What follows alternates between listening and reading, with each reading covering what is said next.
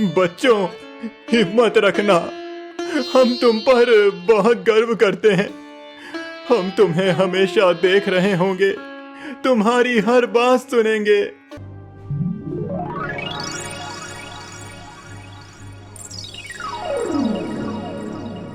और अगले ही पल दोनों पूरी तरह पत्थर की मूर्ति बन गए। झोपड़ी के ठीक सामने दो पत्थर की मूर्तियां खड़ी थी। एक धीरज की, जिसके चेहरे पर दुख और प्रेम था। एक सुमित्रा की। माँ, पिताजी, उठो ना, मुझसे बात करो, मुझे अकेले मत छोड़ो। मैं बहुत अच्छी बनूंगी, कभी नहीं रोऊंगी, बस उठ जाओ आप। माँ, पिताजी। आज तो कुछ शिकार मिलना ही चाहिए सुमित्रा। 3 दिन हो गए हैं, बच्चों ने ठीक से कुछ खाया नहीं है। उनकी आंखों में भूख की तड़प देखकर मेरा दिल बैठ जाता है। मैं जानती हूँ तुम कितनी मेहनत करते हो, पर क्या करें, कभी शिकार मिलता है तो कभी नहीं।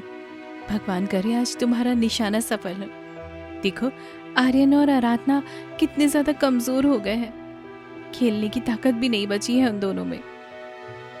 पिताजी, आज मैं भी आपके साथ चलूंगा। मैं अब बड़ा हो गया हूँ, मैं आपका हाथ बटा सकता हूँ। माँ कहती हैं कि मैं बहुत तेज दौड़ता हूँ। नहीं बेटा, जंगल बहुत खतरनाक है। अभी तुम्हें और सीखना है। धनुष चलाना, निशाना लगाना, जंगल के रास्ते पहचानना, सब धीरे धीरे सिखाऊंगा। अभी तुम यहीं रहो और अपनी छोटी बहन की देखभाल करो, वो तुम्हारी जिम्मेदारी है। भैया, पिताजी जरूर कुछ अच्छा लेकर आएंगे। कल रात मुझे सपने में एक सुनहरा हिरन दिखा था। वो बोल रहा था कि जल्दी ही सब कुछ ठीक हो जाएगा। माँ कहती है ना, अच्छे सपने सच हो जाते हैं। हाँ बेटी, तुम्हारा सपना जरूर से सच होगा। उसके बाद वो हिरन का शिकार करने के लिए जंगल की ओर जाने लगता है। जंगल के घने हिस्से में शिकारी धीरज एक हिरन का पीछा कर रहा था। उसके परिवार की भूखी आंखें उसके सामने घूम रही थी। झाड़ियों के पीछे से एक आकृति दिखाई दी। ये रहा, आखिरकार मिल गया शिकार। आज बच्चों को पेट भर खाना मिलेगा। हे भगवान, मेरा निशाना सफल करो। उसने तीर चलाया, लेकिन अगले ही पल एक भयानक दर्द भरी चीख पूरे जंगल में गूंज गई।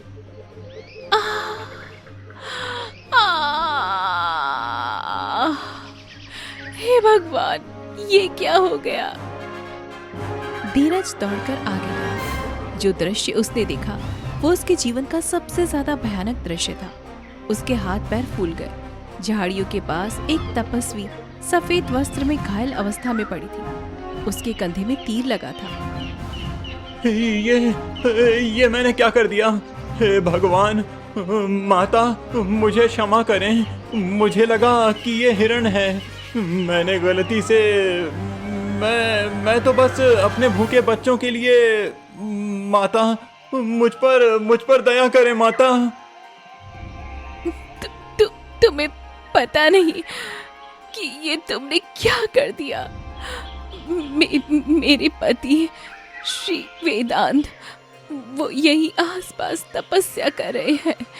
वो आ रहे हैं, तुम्हें उनसे क्षमा मांगनी होगी।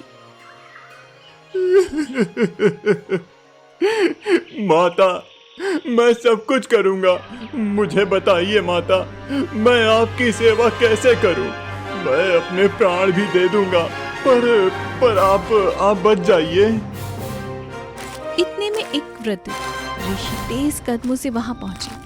उनके हाथ में कमंडल था और माथे पर तिलक।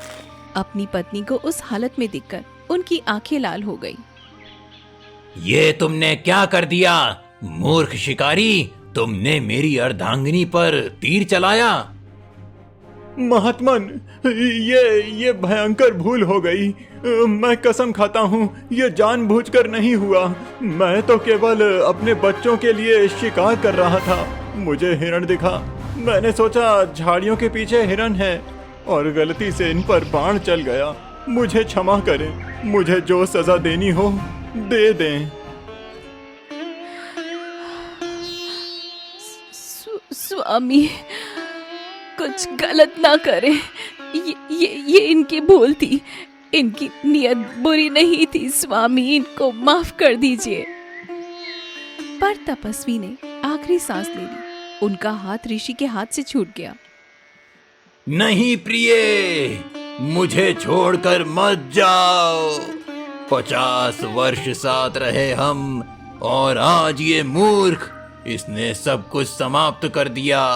अब मैं इसका परिवार समाप्त कर दूंगा। महाराज, मुझे जो सजा देनी है दो, पर मेरे बच्चों को, वो निर्दोष हैं, उन्हें कोई सजा मत दो। वो भूखे हैं, उनकी माँ कमजोर है। मैं अपनी जान दे दूंगा, पर उन्हें कुछ मत करिए, कुछ मत करिए उन्हें। तुमने मेरी अर्धांगिनी को छीन लिया। तुम्हारी लापरवाही ने मेरा पूरा जीवन उजाड़ दिया। सुनो मेरा श्राप, आज सूर्य अस्त होते ही तुम और तुम्हारी पत्नी पत्थर बन जाओगे। तुम्हारी संतानें भी वैसी ही पीड़ा झेलेंगी जैसी मैं झेल रहा हूँ। नहीं नहीं महाराज, मुझे कितनी भी सजा दे दें, मुझे नरक में भेज दें, पर मेरे बच्चों को तकलीफ ना दें। वो बहुत छोटे हैं, उन्होंने कोई गुनाह नहीं किया। मेरी पत्नी निर्दोष है। कृपया कृपया मुझ पर दया करें। रुको, मैं तुम्हारे बच्चों को एक मौका दूंगा। अगर वो सच्ची करुणा और निस्वार्थ प्रेम की 2 परीक्षाएं पार कर लेते हैं तो तुम्हें मुक्ति मिल सकती है। पर ध्यान रहे, परीक्षा आसान नहीं होगी। उन्हें खुद ही सब समझना होगा। मैं उन्हें कोई सहायता नहीं दूंगा। परीक्षा? कैसी परीक्षा महाराज? कृपया बताइए, मैं अपने बच्चों को समझा दूंगा। परीक्षा का स्वरूप मैं नहीं बताऊंगा। अगर तुम्हारे बच्चों में सच्चाई है, अगर तुमने उन्हें सही संस्कार दिए हैं, तो प्रकृति खुद उनका मार्गदर्शन करेगी। अब जाओ, अपने बच्चों को अंतिम बार देख लो। सूर्यास्त में बस 2 घंटे बाकी हैं। धीरज तेजी से भागते हुए झोपड़ी में पहुंचा। उसकी आंखों में आंसू थे और चेहरे पर घबराहट। सुमित्रा, बच्चों जल्दी आओ, मेरे पास समय नहीं है। बच्चों। क्या हुआ जी? तुम इतने परेशान क्यों हो? क्या हुआ? और तुम्हारे हाथ खाली है, शिकार नहीं मिला क्या? बोलिए। आप रो क्यों रहे हैं पिताजी?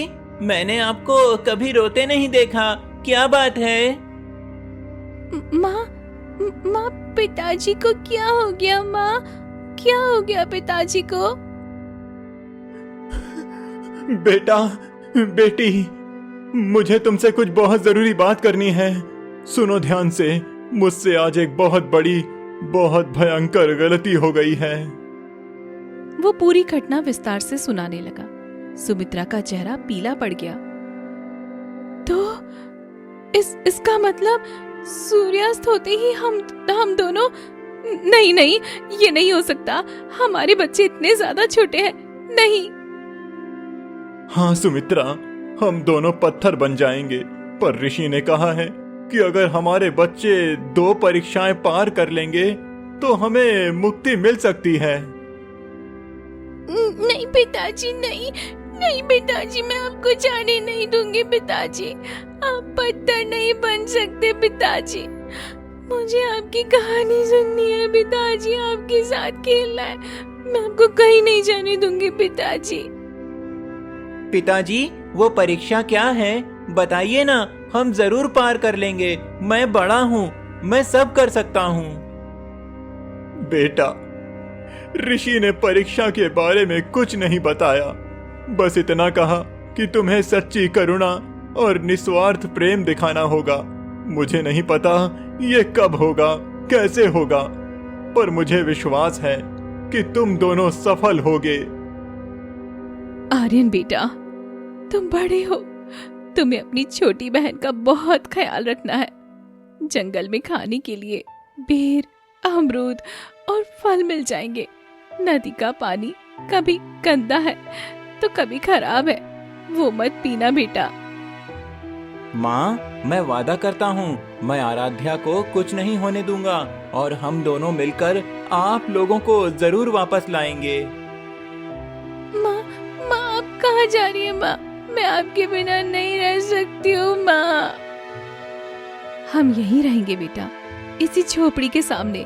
बस थोड़े समय के लिए तुमसे बात नहीं कर पाएंगे, पर हम तुम्हें देख सकेंगे, तुम्हारी आवाज सुन सकेंगे। तुम हमसे बातें करते रहना, हम सुनेंगे बेटा। सूर्य ढलने लगा है, समय कम है। तुम दोनों हमेशा साथ रहना बेटा, और हिम्मत से काम लेना। बेटी, तुम बहुत नन्ही हो पर बहुत समझदार हो। अपने भैया का कहना मानना और याद रखना। डर लगे तो भगवान को याद करना, वो हमेशा तुम्हारे साथ है। सूर्यास्त होने लगा, आसमान लाल हो गया। धीरज और सुमित्रा धीरे धीरे पत्थर में बदलने लगे। बच्चों, हिम्मत रखना, हम तुम पर बहुत गर्व करते हैं। हम तुम्हें हमेशा देख रहे होंगे, तुम्हारी हर बात सुनेंगे।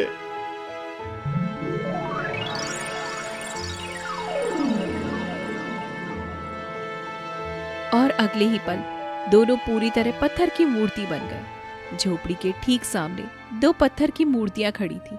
एक धीरज की, जिसके चेहरे पर दुख और प्रेम था, एक सुमित्रा की। माँ, पिताजी, उठो ना, मुझसे बात करो, मुझे अकेले मत छोड़ो। मैं बहुत अच्छी बनूंगी, कभी नहीं रोऊंगी, बस उठ जाओ आप। माँ, पिताजी। आराध्या, रोना बंद कर। देख, माँ पिताजी ने कहा था ना कि वो हमें देख रहे होंगे। अगर हम रोएंगे तो उन्हें और दुख होगा।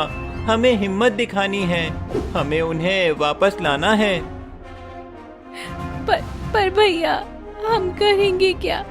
हमें तो पता भी नहीं है कि परीक्षा कैसी होगी, कब तक होगी। हम अकेले कैसे रहेंगे भैया?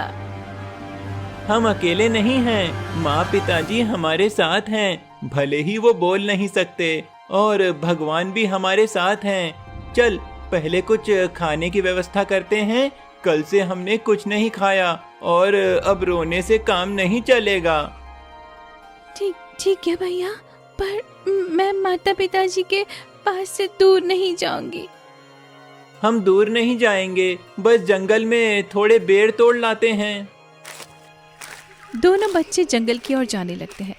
जंगल के अंदर पहुंचने पर अचानक उन्हें झाड़ियों में कुछ हलचल सुनाई दी। भैया, वो देखो, वहाँ कोई है। कहीं कोई खतरनाक जानवर तो नहीं है ना? कौन है वहाँ? कौन है? बाहर आओ, नहीं तो मैं तुम्हें मार डालूंगा। जब कोई बाहर नहीं निकला तो आर्यन आगे जाकर देखता है कि झाड़ियों में एक छोटा सा हिरन का बच्चा फंसा हुआ था। उसके पैर में कांटे चुभ रहे थे, खून बह रहा था और वो दर्द से तड़प रहा था। भैया देखो, ये तो हिरन का बच्चा है और कितना छोटा है और कितना प्यारा है। पर ये तो बहुत ज्यादा घायल है भैया, इसके पैर में बहुत सारे कांटे चुभे हैं। बेचारा, पता नहीं कैसे यहाँ फंसा। लगता है कोई शिकारी इसके पीछे था और ये भागते भागते यहाँ आ गया। भैया, हमें इसकी मदद करनी चाहिए। तो ये बिल्कुल हमारी तरह अकेला है, हम इसे इस तरह से नहीं छोड़ सकते ना। पर आराध्या, हमारे पास तो खुद खाने को नहीं है। हम भूखे हैं, थके हैं, और ये हिरन का बच्चा है, इसे भी खाना चाहिए, पानी चाहिए। हम इसे कैसे बचाएंगे? भैया, माँ कहती थी जब किसी को मुसीबत में देखो तो उसकी मदद जरूर से करनी चाहिए, भले ही तुम्हारे पास कुछ भी ना हो। देखो भैया, ये कितना ज्यादा तड़प रहा है। अगर हम इसे ऐसे ही छोड़ देंगे तो ये मर जाएगा भैया। तुम सही कह रही हो। माँ हमेशा कहती थी कि जब हमारे पास कुछ ना हो तब भी दूसरों की मदद करनी चाहिए। यही सच्ची इंसानियत है। चल इसे घर ले चलते हैं, किसी तरह इसकी मदद करते हैं। दोनों बच्चे बहुत सावधानी से हिरन के बच्चे को उठाकर झोपड़ी में ले आते हैं। आराध्या, तू पानी ला, पहले इसे पानी पिलाते हैं, ये बहुत प्यासा लग रहा है। और हाँ, वो पत्तियां भी ला जो माँ घाव पर लगाती थी ना, नीम की पत्तियां। हाँ भैया, मुझे याद है, माँ ने मुझे दिखाया था कौन सी पत्तियां हैं। वो जल्दी से पानी और पत्तियां लाती है।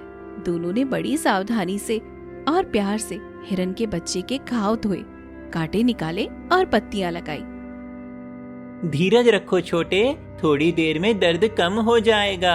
हम तेरी मदद कर रहे हैं। तुम दोनों ने मेरी जान बचाई। मैं तुम्हारा शुक्रिया अदा कैसे करूं? भैया भैया, ये हिरन तो बोल रहा है। मैं सपना तो नहीं देख रही हूँ ना भैया? नहीं, तू सपना नहीं देख रही, मैं भी सुन रहा हूँ। तुम कौन हो? साधारण हिरण तो लगते नहीं हो। नहीं, मैं कोई साधारण हिरण नहीं हूँ। मेरा नाम सुवर्ण है। मैं इस जंगल के रक्षक देवता वनदेव का पुत्र हूँ। तुम दोनों ने बिना किसी स्वार्थ के अपनी मुसीबत में भी मेरी जान बचाई है। ये बहुत बड़ा काम है। वन देवता का पुत्र? पर तुम यहाँ इस हालत में कैसे? तुम्हें किसने घायल किया? कुछ शिकारी मेरे पीछे पड़े थे। उन्हें पता चल गया था कि मैं कोई साधारण हिरण नहीं हूँ। वो मुझे पकड़ना चाहते थे। मैं भागते भागते झाड़ियों में फंस गया। अगर तुम दोनों ने मुझे नहीं बचाया होता तो शायद मुझे वो पकड़ लेते। हमने तो बस वही किया जो माता पिताजी ने हम दोनों को सिखाया था। वो कहते थे कि मुसीबत में हर किसी की मदद करनी चाहिए। तुम्हारे माता पिता?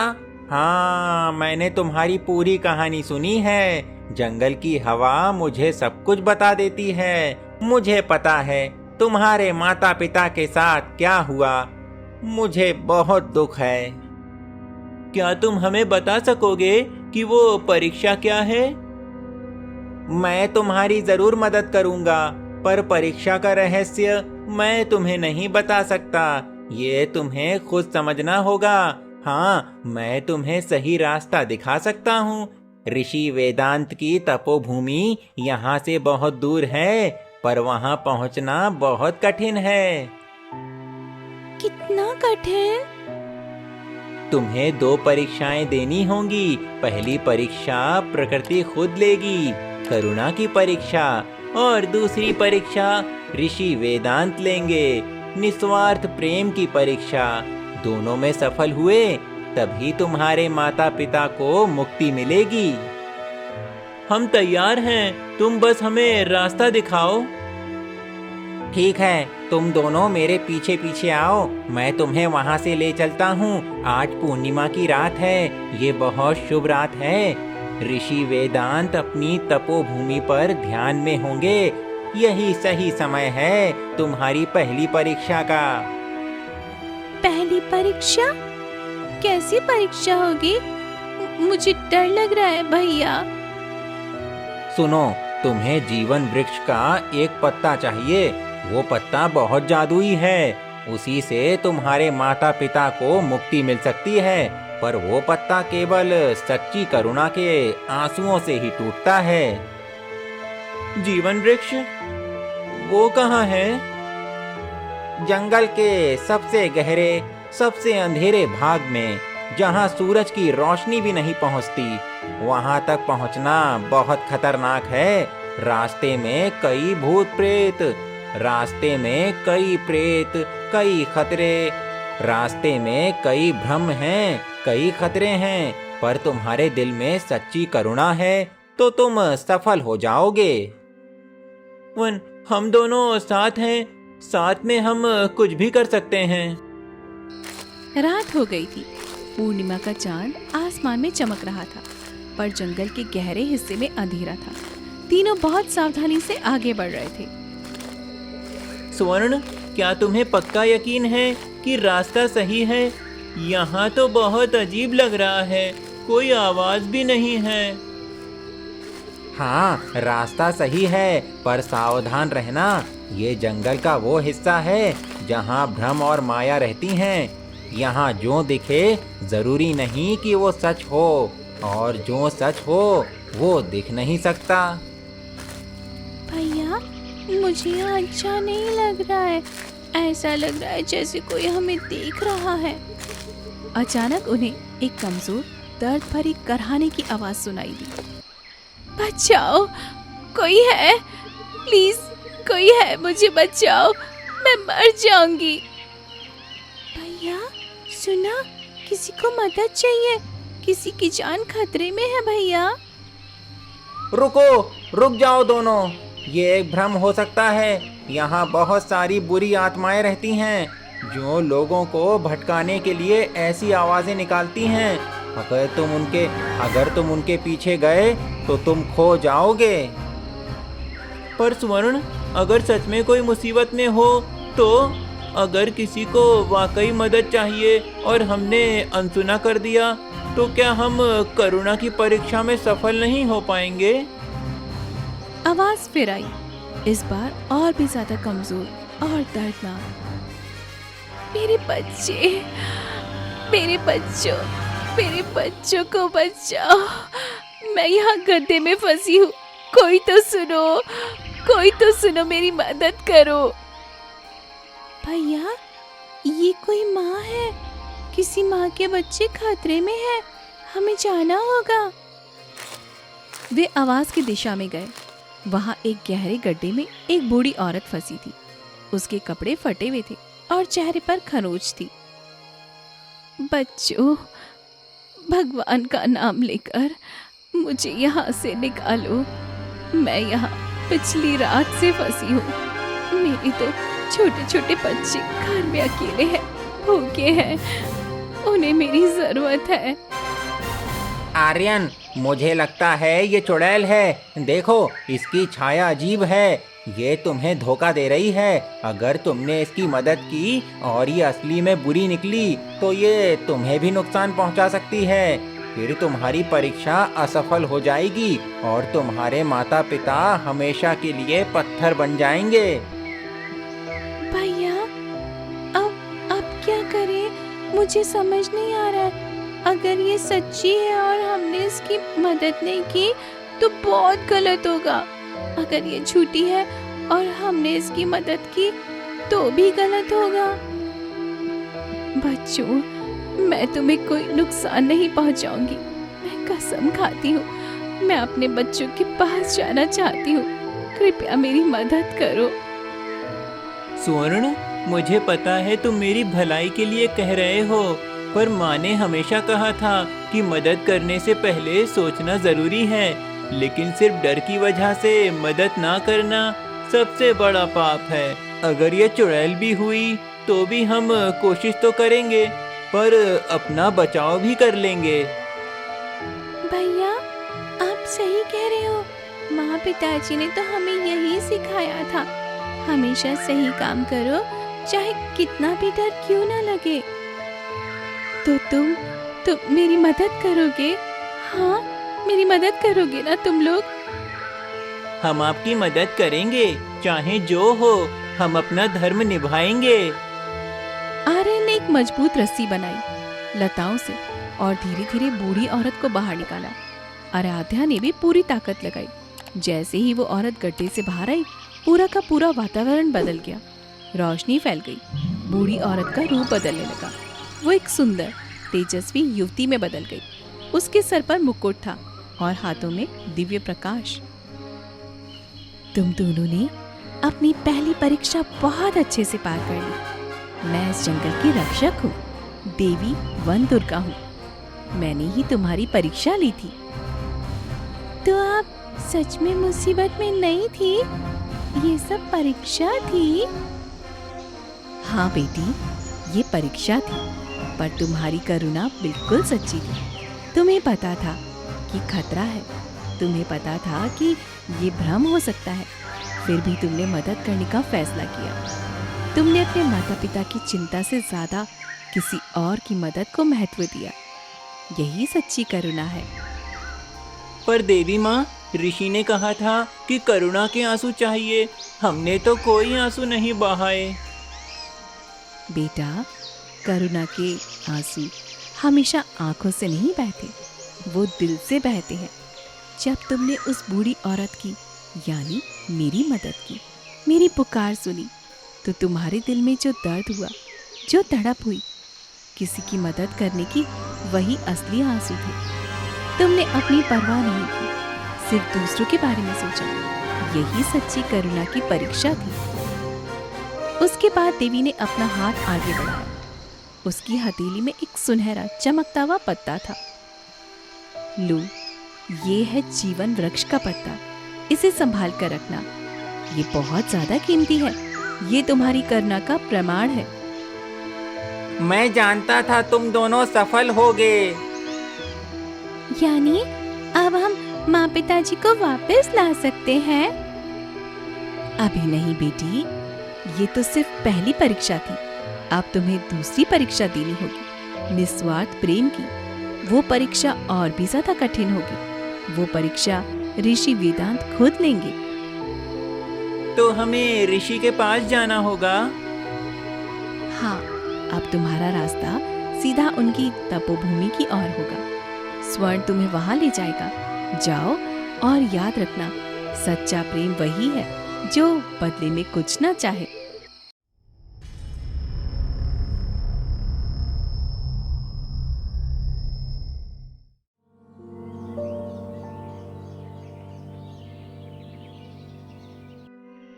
अगली सुबह तीनों ऋषि वेदांत की तपोभूमि पर पहुंच गए। वहां एक छोटी सी कुटिया थी। चारों ओर फूल खिले हुए थे। ऋषि वेदांत एक चबूतरे पर ध्यान में बैठे थे। उनके चेहरे पर शांति थी और आंखों में दुख की छाया भी थी। महाराज, महाराज, हमें क्षमा करें। हम आपकी तपस्या में विघ्न डाल रहे हैं। तुम लोग यहाँ कैसे आए? तुम वही बच्चे हो ना जिनके पिता की वजह से मेरी पत्नी। हाँ महाराज, हम वही बच्चे हैं। हमें अपने माँ पिताजी को वापस लाना है। हम जानते हैं हमारे पिताजी से गलती हुई है, पर वो जानबूझकर नहीं था। वो तो बस हमें खाना खिलाना चाहते थे। हम भूखे थे। कृपया करके उन्हें माफ कर दीजिए। माफ कर दूं? तुम्हारे पिता ने मुझसे मेरा सब कुछ छीन लिया। 50 साल मैंने अपनी पत्नी के साथ बिताए। वो मेरी साथी थी। एक पल में सब खत्म हो गया। तुम क्यों सोचते हो कि मैं तुम्हारी मदद करूंगा? क्योंकि आप एक महान ऋषि हैं महाराज। आप सिर्फ एक व्यक्ति नहीं, आप एक तपस्वी हैं। आपने जीवन भर ज्ञान और शांति का पाठ पढ़ाया है। हम जानते हैं हमारे पिता ने गलती की, बहुत बड़ी गलती, पर वो जानबूझकर नहीं था। वो सिर्फ अपने भूखे बच्चों को खाना खिलाना चाहते थे। क्या गरीबी और मजबूरी भी अपराध है? तुमने अच्छी बात कही, पर तुम्हें पता है क्रोध और दुख से ऊपर उठना कितना कठिन होता है। मैं हर रोज अपनी पत्नी को याद करता हूँ।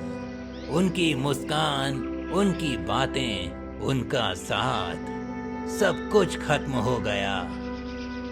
महाराज, इन बच्चों ने अपनी परीक्षा पास कर ली है।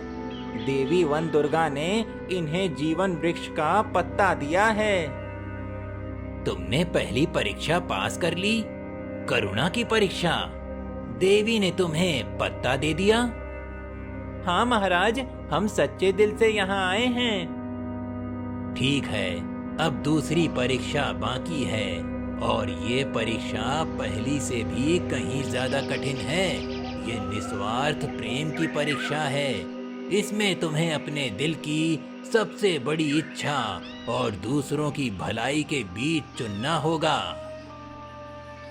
देखो, ये 2 रास्ते हैं। एक रास्ता तुम्हारे माता पिता की मुक्ति का रास्ता है। इस रास्ते पर जाओगे तो जीवन वृक्ष का ये पत्ता तुम्हारे माता पिता को पत्थर से मुक्त कर देगा। वो फिर से जीवित हो जाएंगे, तुम्हारे साथ होंगे। ये तो फिर हमें उसी रास्ते पर चलना चाहिए। रुको, अभी दूसरा रास्ता भी सुनो। दूसरा रास्ता इस पूरे जंगल के सभी जीव जंतुओं को बचाना है। तुम्हें पता है, अगली पूर्णिमा की रात को इस जंगल में एक भयंकर लाइलाज बीमारी फैलेगी। वो बीमारी हजारों जानवरों को, पंछियों को, यहाँ तक कि यहाँ रहने वाले गरीब लोगों को भी मार देगी। हजारों जीव? हाँ, और जीवन वृक्ष का ये पत्ता उस बीमारी का एकमात्र इलाज है। अगर तुम इस पत्ते को दूसरे रास्ते पर ले जाओ और उसे पवित्र झील में डाल दो तो उस झील का पानी अमृत बन जाएगा। उससे हजारों जीव बच जाएंगे, पर फिर तुम्हारे माता पिता को मुक्ति नहीं मिलेगी। वो हमेशा के लिए पत्थर ही रहेंगे। उस बीमारी में मेरे माता पिता भी मर जाएंगे और मैं भी। अब चुनाव तुम्हारा है। एक रास्ता अपने माता पिता, दूसरा रास्ता हजारों अनजान जीवों की जान। क्या चुनोगे? पर महाराज, ये कैसी परीक्षा है? हम सिर्फ बच्चे हैं, हमसे ये फैसला कैसे लिया जाए?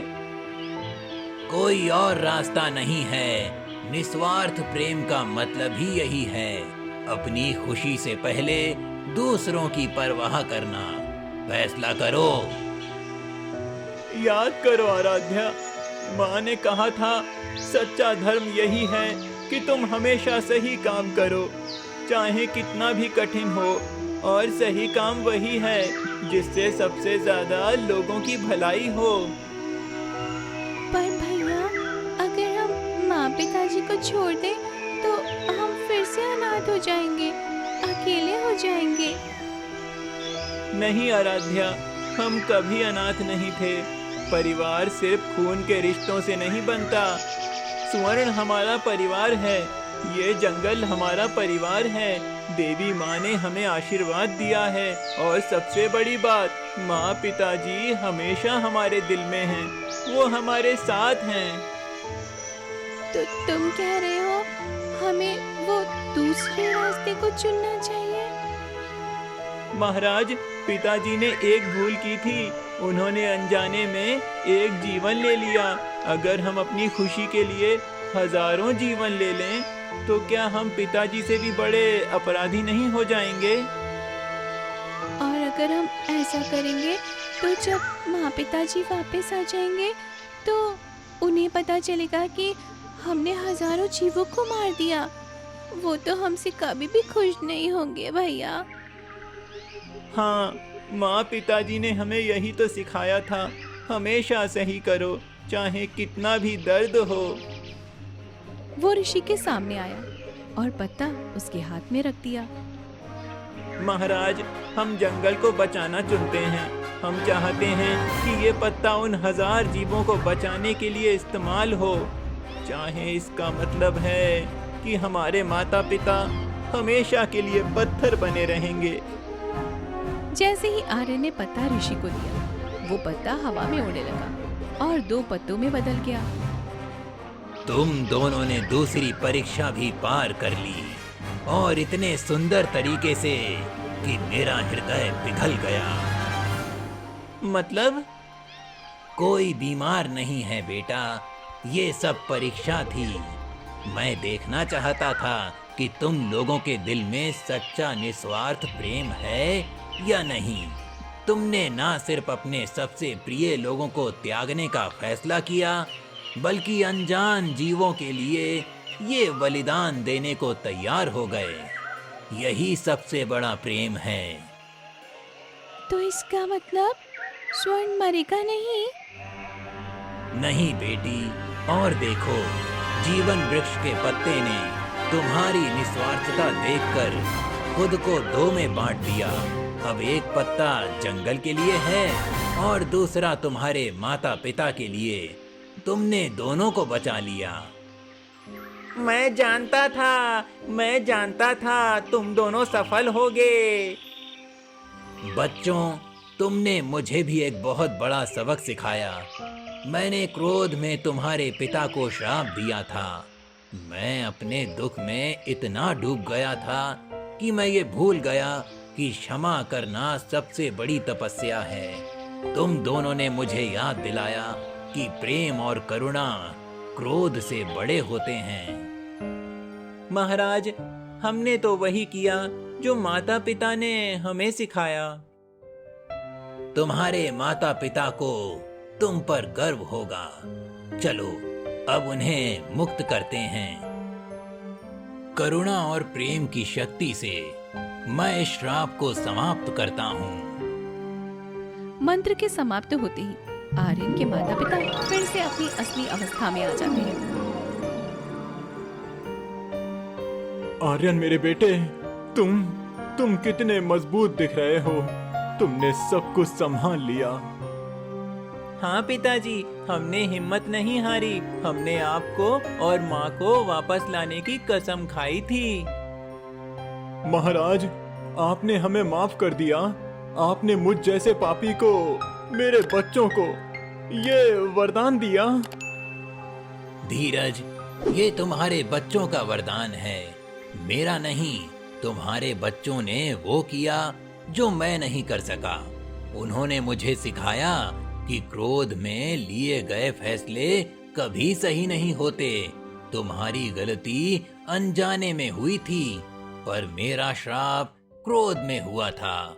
असली गलती मेरी थी। पिताजी, हमने वही किया जो आपने और माँ ने सिखाया।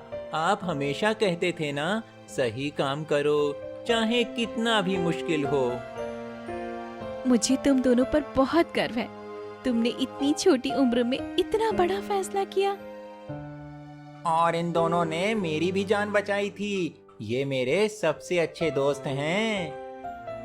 महाराज, आपकी कृपा हम जीवन भर नहीं भूलेंगे। मैं कसम खाता हूँ, अब कभी कोई जीव नहीं मारूंगा।